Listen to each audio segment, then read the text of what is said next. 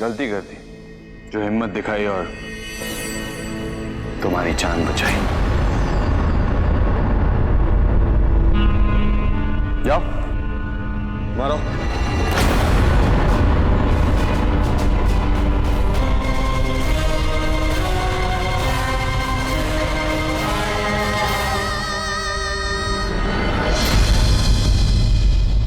Hello hello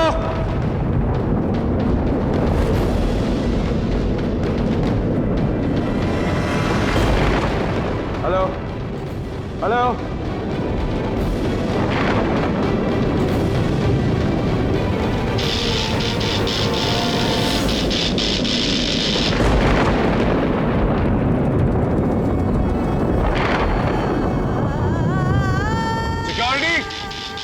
दरवाजा खोलो। R K साहब, आप जब से अंदर गए हैं तभी से खोलने की कोशिश कर रहे हैं, पर लगता है दरवाजा बारिश की वजह से जाम हो गया है। तो किसी को बुला कर लाओ, कुछ लाओ, दरवाजा खोलो। साहब, लोहे का सरिया डाल के भी देख लिया पर नहीं खुल रहा है। मौसम बहुत खराब है और बारिश बढ़ती जा रही है। इस बारिश में पिघल नहीं जाओगे तुम। दरवाजा खुलवाओ, किसी को लेकर आओ। जाओ। जी लाते हैं। अभी इसी वक्त।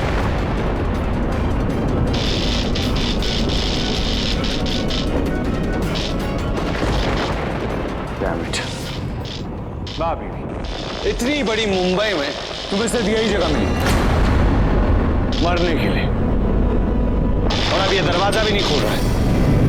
अब क्या?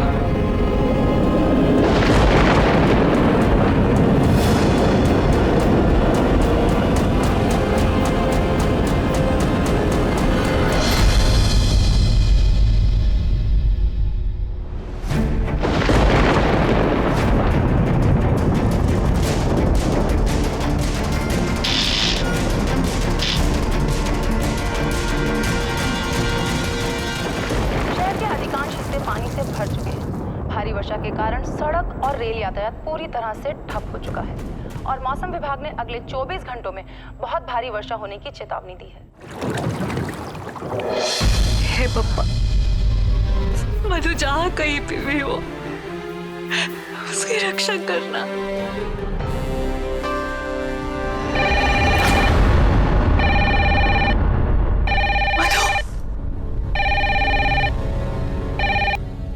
हेलो जी नमस्ते, मैं राधा भाटिया, ऋषभ आरके की माँ बात कर रही हूँ।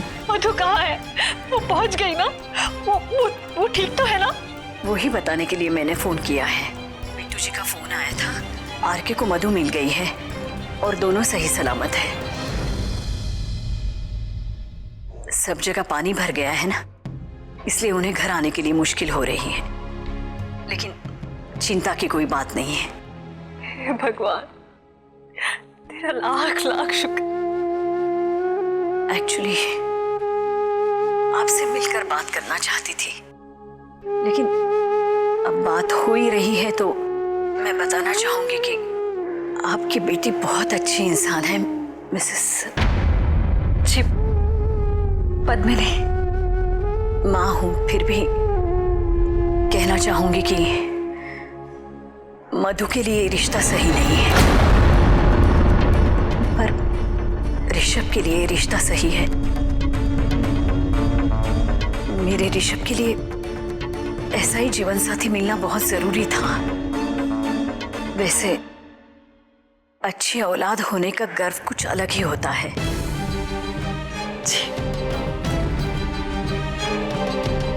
पद्मिनी जी, मैं मानती हूँ कि इस घर में आपके बेटी के साथ बिल्कुल सही नहीं हो रहा है, पर मधु को देखकर मेरी उम्मीद फिर से जाग उठी। एक दिन सब कुछ ठीक हो जाएगा।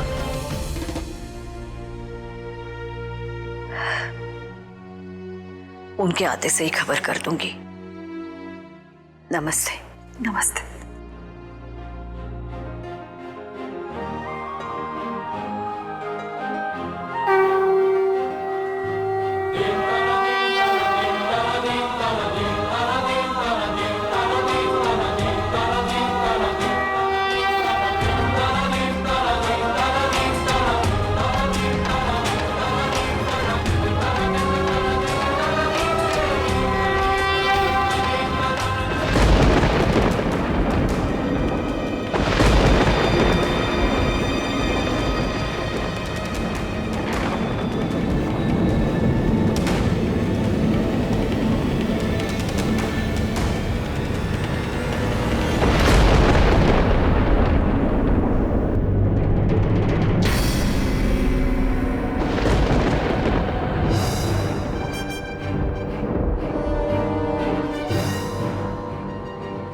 ये तुम क्या कर रहे हो?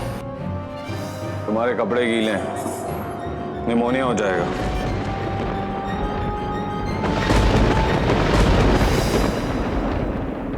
उससे तुम्हें क्या फर्क पड़ता है? अपनी ये साड़ी उतारो और मेरा कोट पहनो।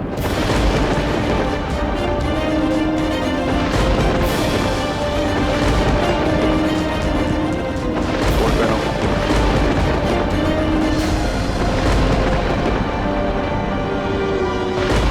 कोट पहनो। तुम्हारी गुलाम नहीं हूं कि जो तुम कहोगे वो मैं करूंगी। और अगर तुम्हें ऐसे लगता है कि तुम डरा और धमका के अपनी बात मनवा लोगे तो तुम गलत हो।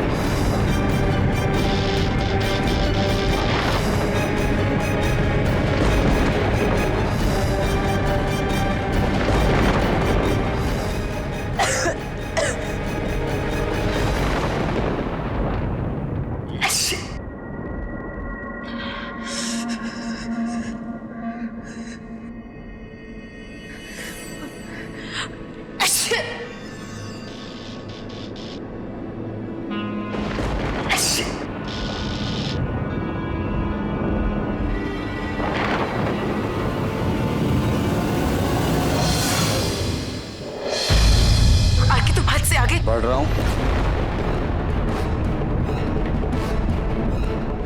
तुम अपने कपड़े खुद बदलोगी या मैं बदलूं? सोचने की हिम्मत भी मत करना। और मैं डरा नहीं रहा हूं, तुम जानती हो मैं ऐसा कर सकता हूं।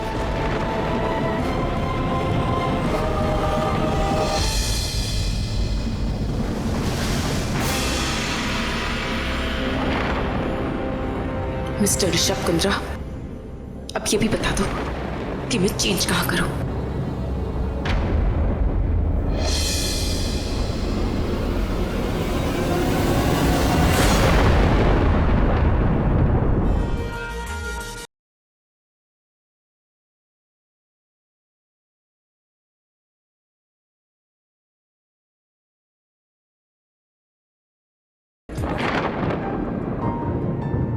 इतनी रात को तुम यहां करने क्या आई थी, वो भी बिना मुझसे पूछे?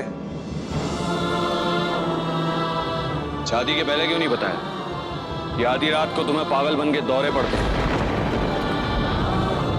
बोलो, यहां क्यों आई हो? मैंने तुमसे सवाल पूछा है, जवाब आज ही देना।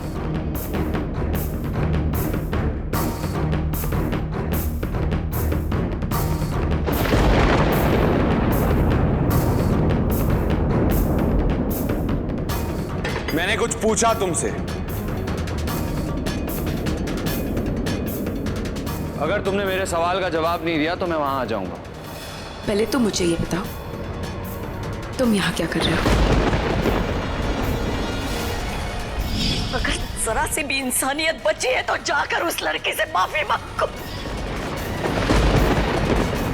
वो मुझे जन्म देने वाली औरत को लगता है कि मैंने पार्टी में अपनी लिमिट्स क्रॉस कर दी।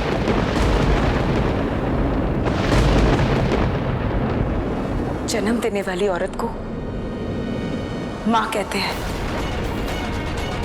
और वो जो सोचे वो सोचे, पर तुम्हारा क्या कहना है? और वैसे भी ऋषभ कुंद्रा को मैं ये सवाल कैसे कर सकती हूँ? क्योंकि अगर वो लिमिट में कुछ कर ले तो उसे वो इंसल्ट लगती है। सवाल पहले मैंने पूछा है, यहाँ क्यों आई हो? सॉरी मिस्टर ऋषभ कुंद्रा, तुम्हारे कॉन्ट्रैक्ट में ऐसा कुछ भी नहीं था कि तुम्हारे हर सवाल का जवाब देना पड़ेगा मुझे। आवाज में इतना जहर भरने के बजाय तुम्हें मेरा शुक्रगुजार होना चाहिए। अगर मैं सही वक्त पर नहीं आता तो तुम्हारी मेरी जान चली गई होती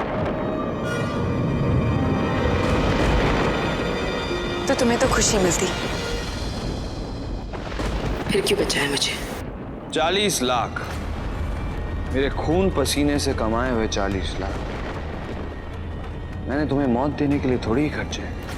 बहुत कीमती है तुम्हारी जिंदगी, वो जिंदगी जिससे मैं खेल सकूं, शॉट्स के बीच में, घर पर आराम करते वक्त, या जब घर पर कुछ नहीं करने को तब। खिलौना हो तुम मेरा।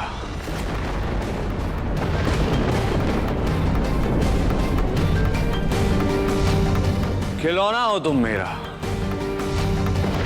और मैं अपने खिलौने को टूटते हुए कैसे देख सकता हूं, है ना पीवी?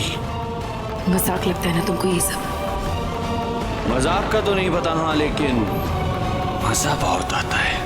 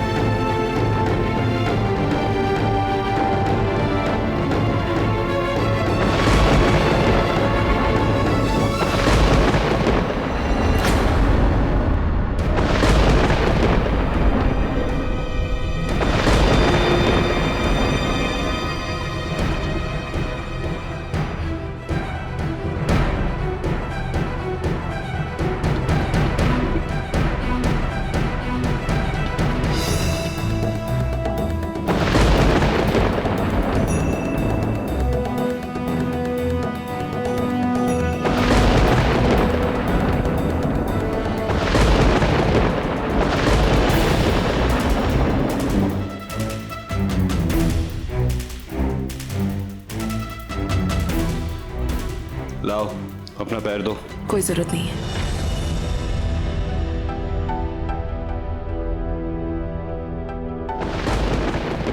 देखो वो जो लकड़ी की फलियां हैं वो सालों से यहाँ पड़ी हैं, इनमें जंग लगी हुई कीलें भी हो सकती हैं,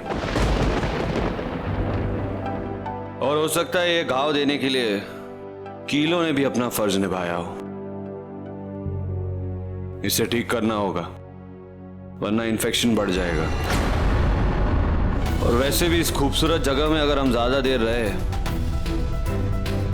तो इन्फेक्शन के कारण मुझे मेरे खिलौने का पैर काटना पड़ेगा।